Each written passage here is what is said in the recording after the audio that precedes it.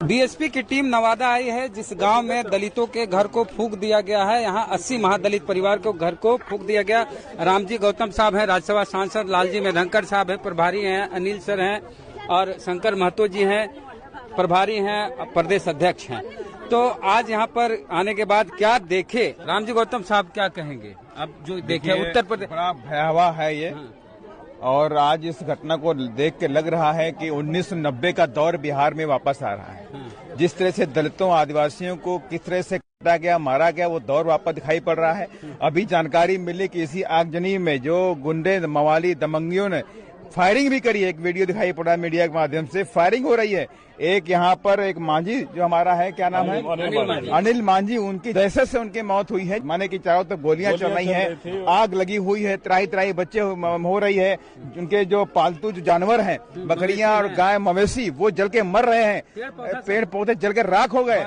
मतलब ये कानून का राज नहीं है, ये तो पूरे प्रदेश के अंदर जंगल राज चल रहा है। ये भारतीय जनता पार्टी किस तरह की सरकार चला रही है, जेडीयू किस तरह की सरकार चला रही है, जरा से भी गंभीर नहीं है। इनके साथ दो दलित नेता हैं, चिराग पासवान और मांझी जी। उनके साथ दो दलित नेता हैं, मांझी समाज के नेता हैं, चिराग पासवान जी भी नेता हैं, लेकिन उनकी तरफ से कोई आवाज नहीं निकलती है। वो यहाँ आए भी नहीं होंगे मेरे समझ से। दिल्ली से आ गए सर? मैं दिल्ली से आया हूँ आज यहाँ से अपने समाज के लोगों से मिलने के लिए। और माननीय बहन जी ने सबसे पहले इस घटना का संज्ञान लिया और सबसे पहले इस बात को लेकर खेद जताया है और सबसे पहले अपनी बात रखी है, क्योंकि बहुजन समाज के लोग हैं और बहुजन समाज पार्टी बहुजन समाज के हितों के लिए काम करती है, उनके संवैधानिक अधिकारों के लिए काम करती है। और उनके कोई अत्याचार होता सबसे पहले ही बहुजन समाज पार्टी आवाज उठाने का भी काम करती है। और इससे पहले हम लोग भी वहां से नालंदा में गए थे, जहां पे नायरा कुमारी के परिजन वहां पे प्रदर्शन कर रहे हुए हैं, धरना दिए बैठे हुए हैं कि उनकी बच्ची को न्याय नहीं मिला है। तो हम सब लोगों ने उनको भरोसा दिलाया है कि आपकी बच्ची को न्याय दिलाने का काम बहुजन समाज पार्टी करेगी। और ये सारी जो बातें हैं पूरा देश संसद के अंदर भी सुनेगा। आने वाले समय में जो नवंबर में पार्लियामेंट चलेगी, तो ये जो गांव की जो घटना है, 80-81 मकान जलाए गए हैं, ये बात छिपने वाली नहीं, पूरा देश संसद के अंदर सुनने का भी काम। संसद में आप आवाज बिल्कुल रोड से लेकर संसद तक इनकी आवाज उठाने का काम करेंगे। तो अनिल पटेल साहब हैं, आप क्या कहेंगे सर? प्रभारी हैं बसपा बिहार के। दुर्भाग्य है कि बिहार में एक ऐसे माफिया की सरकार चल रही है, एक ऐसे गुंडे की सरकार चल रही है जो हम दलितों को, पिछड़ों को, अति पिछड़ों को दबाने के लिए किसी भी हद तक जाती है। यहाँ जो घर जले हैं, ये आसियां किसी का जला है, ये झोपड़ी नहीं जली है, ये किसी का आसियां जला है। और उन 80 परिवारों के साथ जो जिनका सब कुछ था, सब कुछ लूट गया है। एक अनिल मांझी जी हमारे नहीं रहे और ये पूरा का पूरा दलित समाज मर्माहत है। हम सभी मर्माहत हैं। सत्ता के लिए आनंद मोहन जैसे हत्यारे को जेल से छुड़ाते हैं, आनंद सिंह जैसे हत्यारे को जेल से बाहर निकालते हैं। आखिर कब तक दलितों पर जुल्म उठाओगे नीतीश कुमार? कभी दलितों के तरफ मुतल्लिफ होइए और देखिए उनके आंसुओं को। इतनी हमारी माताएं और बहनें को आंखों के आंसू को देखिए। आज किस हाशिए पर हमारे आप बहुजन समाज को ढकेल रहे हैं, क्या चाहते हैं उनसे? हम बाबा साहब को मानने वाले हैं, बाबा साहब के संविधान के साथ चलने वाले, क्या यही कसूर है हमारा?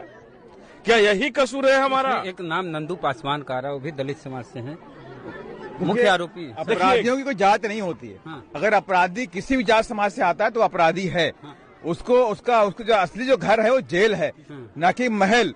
यहाँ पे क्या होता है, सरकारें अपराधियों को छोड़ करके अपने हिसाब से काम कराती हैं, लेकिन बहुजन समाज पार्टी अपराधियों को उठा करके जेल डालने का काम करती है। और मैं आपसे कहना भी चाहता हूँ, 2025 में अगर आप सब लोगों ने मौका दिया, 24 घंटे के अंदर अपराधी माफिया, भूमाफिया प्रदेश छोड़ के बिहार भाग जाएंगे, बिहार छोड़ करके दिखाई नहीं पड़ेंगे। मेधंकर साहब हैं, एक चीज पूछते हैं सर कि मांझी जी दिल्ली में हैं, उनके सुपुत्र पटना में हैं, दोनों मंत्री हैं। मांझी जी केंद्र सरकार में मंत्री हैं, संतोष जी बिहार सरकार में मंत्री हैं, राज्यसभा सांसद दिल्ली से आ गए, आप भी आ गए पटना से आ गए। मांझी साहब नहीं आए दिल्ली से, संतोष सुमन पटना में हैं, उनके बेटे वो भी नहीं आए। क्या कहेंगे? और मांझी की राजनीति करते हैं मांझी समाज, और यहाँ 2 जात के लोग रहते हैं इस गांव में, सिर्फ 2 जात, रविदास। मैं बिहार प्रदेश में जो जंगल राज है, इस जंगल राज के बारे में हम किसी भी नेता को पाक साफ नहीं मानते हैं। सरकार एनडीए की चल रही है, सरकार नीतीश कुमार जी की चल रही है, उसमें जीतन राम मांझी भी हैं, उसमें चिराग जी भी हैं, मोदी जी, अमित शाह जी पूरे देश में तबाही मचाए हुए हैं। लेकिन ये जो सरकार चलाने वाले लोग हैं, ये जो जुर्म अत्याचार फैलाए हुए हैं, आज हमारे समाज के 80 घरों को जला दिया गया है, बेघर कर दिया गया, उनको भूख से मरने के लिए बेघर करके छोड़ दिया गया है। मैं ऐसे में पक्ष वालों को तो कह ही रहा हूं, बहुजन समाज पार्टी की ओर से जो विपक्ष में बैठे हैं, जिनके 78 से ऊपर एमएलए हैं, वो क्या वहां पर कर रहे हैं?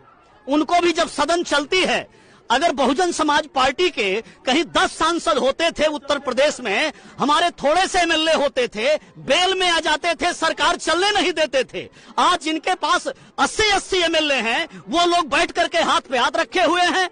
वो सत्ताधारी उसको कोसता है, जो विपक्ष में बैठा है वो सत्ताधारी को कोसता है। आए दिन बहन बेटी की इज्जत लूटी जा रही है, आए दिन हत्या हो जा रही है। और आज ये जो जानकारी में आया कि 100-150 लोग आते हैं, हथियार बंद आते हैं और वो जो है फायरिंग करते हैं, राइफल चलाते हैं। मेरी समझ में नहीं आता है, अगर बिहार में पुलिस प्रशासन है, अगर बिहार में कोई शासन सत्ता है, अगर यहाँ पर कोई राज्यपाल, कोई मुख्यमंत्री है, तो कैसे इतनी बड़ी हिम्मत हो गई? आज के जमाने में कैसे हिम्मत हो गई? कोई 100-150 आदमी आएगा और झुग्गी झोपड़ी को खाली करवाएगा, मकान को खाली करवाएगा और उसमें आग लगा देगा। ये जंगल बनाया हुआ है, इसमें जंगल राज है, इसको बिहार को पूरा जंगल बनाया हुआ है। ये बिहार जो संतों गुरुओं महापुरुषों की धरती है, ये मगध की राजधानी है, ये यहाँ पर हम लोग खड़े हैं, ये मगध है, ये मगध है, यहीं पर मगध की राजधानी है राजगृह में। और आज इस इतिहास को धूमिल करने का काम, कलंकित करने का काम यहाँ की सरकारें, यहाँ के नेता लोग कर रहे हैं। आप लोग सहयोग कुछ कर रहे हैं सर, यहाँ पीड़ित जो परिवार है? देखते हैं, अगर जरूरत होगी सहयोग निश्चित रूप से उन्हें किया जाएगा। कुछ और 3 डिसमिल जमीन देने का वादा। मांझी जी 5 डिसमिल सर? नहीं, मांझी जी 5 कहे हों, कुछ कहे हों, लेकिन 3 डिसमिल जमीन का झूठा वादा नीतीश कुमार देकर के आए थे। हाँ। और ये 80 परिवार का जो डरा है, क्या वो 3 डिसमिल जमीन मिला होता? नहीं मिला होता तो क्या ऐसा विवाद होता? 20 साल से करीब मुख्यमंत्री, आज 20 साल का मुख्यमंत्री, झूठा मुख्यमंत्री, केवल झूठ और मक्कारी करके इस बिहार को बर्बाद किए हुए हैं और हम दलितों को, पिछड़ों को, अति पिछड़ों को पूरी तरह से सत्यानाश किए हुए। अभी कुछ हमारी पार्टी का पुराना नारा है, हमारी पार्टी का स्थापना के समय से ही नारा है कि जो जमीन सरकारी है वो जमीन हमारी है। ये हमारी पार्टी का नारा है। जिस दिन हमारा बिहार के भाई, हम पूरे बिहार वासियों से कहना चाहेंगे कि अगर जो भी हमारे दबे कुचले, शोषित, पीड़ित, मजलूम, अल्पसंख्यक समाज के लोग हैं, अगर आप बहुजन समाज पार्टी का नेतृत्व में भरोसा करें, अगर आदरणीय बहन जी के नेतृत्व पर भरोसा करें, तो बिहार में यूपी के तर्ज पर जो जमीन सरकारी है वह जमीन हमारी है। कोई भी भूमिहीन नहीं रहेगा और कोई किसी की हिम्मत नहीं पड़ेगी ये दबे कुचले समाज, शोषित, पीड़ित, दलित के ऊपर जो है कोई जुल्म अत्याचार करेगा, और किसी भी माफिया गुंडा को हिम्मत नहीं करेगा जो हमारे गरीबों पर अत्याचार करेगा। ये बहुजन समाज पार्टी का एक सूत्रीय अभियान है। चलिए, तो आपका क्या कहना है पूरे मसले पर? प्रतिक्रिया अपने दीजिए कमेंट बॉक्स में। जय भीम।